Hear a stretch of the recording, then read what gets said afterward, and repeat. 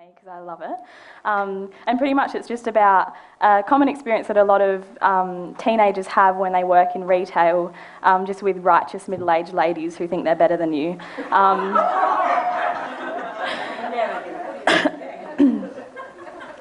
She stands across from me, eyes ablaze with post-purchase rage. Her barley-bought Chanel No. 5 fools no one, but alerts the teenage sales assistant that there's about to be a middle-aged rampage. Before she speaks, she asserts her dominance, pinning me with a glare of spite, silently reminding me the customer is always right. With the mantra beating in my head in time with the rapping of her cherry red nails, she hypothesises hence. What kind of store is this? Knowing she was going to tell me anyway, I force a smile and innocently say, a pharmaceutical store? Menopausal fury creeps up her neck. Are you trying to be funny with me? Her tone turns beastly and she leans forward so as not to embarrass me for my apparent blunder. She discreetly thunders, I don't know who you think you are, but I've just about had it up to here with you checkout chicks. All I'm trying to do is return this perfume. It's defective. A funny feeling in my lower intestine begins to rise as she prizes a mangled box out of the headlock of receipts and other defective items. Here! The fire behind her eyes intensifies as I open the refund book to collect her details. Your name and signature, please. I open the slightly damp box and the earlier feeling of absolute abhorrence towards this woman returns. It's defective, she repeats slower as if I have concrete for a brain. The bottle of perfume sits between us, unboxed, like that unwrapped Easter egg you find behind your bed. The bottle is half empty. How is it defective? It's got a leak, she asserts. There is no visible sign of damage. Can you show me where? What? You don't believe me?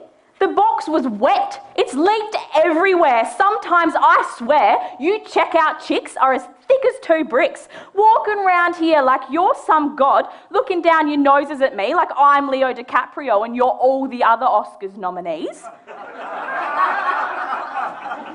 Tip it upside down and you'll see. I uncap the bottle to give her a chance. We stand there for a minute. I give her a glance. Her eyes are locked, eyebrows cocked so high they're discovering parts of the universe we didn't know existed. She's focusing so hard she might pull a muscle, trying to be subtle in her attempt to shatter the bottle with her mind. I'm forced to grind her efforts to a halt. Unfortunately for her, the bottle shows no signs of a fault. I'm sorry, we can't offer a refund on a used item, I say while repackaging the bottle. But I don't like the smell of it anymore. I understand that, but a refund on this item cannot occur. What she says next appears above her head before it comes out of her mouth. I want to speak to the manager. Her eyes roll back in euphoria. She is a warrior fighting for her religion where heaven is spouting absolute bullshit to teenagers at 11 a.m. on a Saturday because you feel threatened by their underlying superiority. They have the authority to decline your excuse for a refund. And hell is a world where there is no manager to turn to, where you are forced to take the bloody checkout chick's word as true.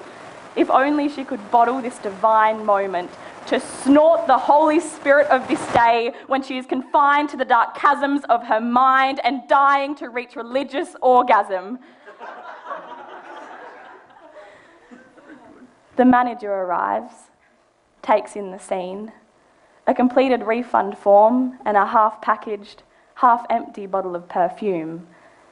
A woman, middle-aged, shows no signs of an injury. She breathes in a slow, deep breath. No. You've just lost yourself a paying customer, are the last words out of the woman's mouth. She'll be back next weekend, no doubt. As I watch her walk away, I begin to shine like a freshly cracked glow stick. Nothing like a Saturday morning rejection fix.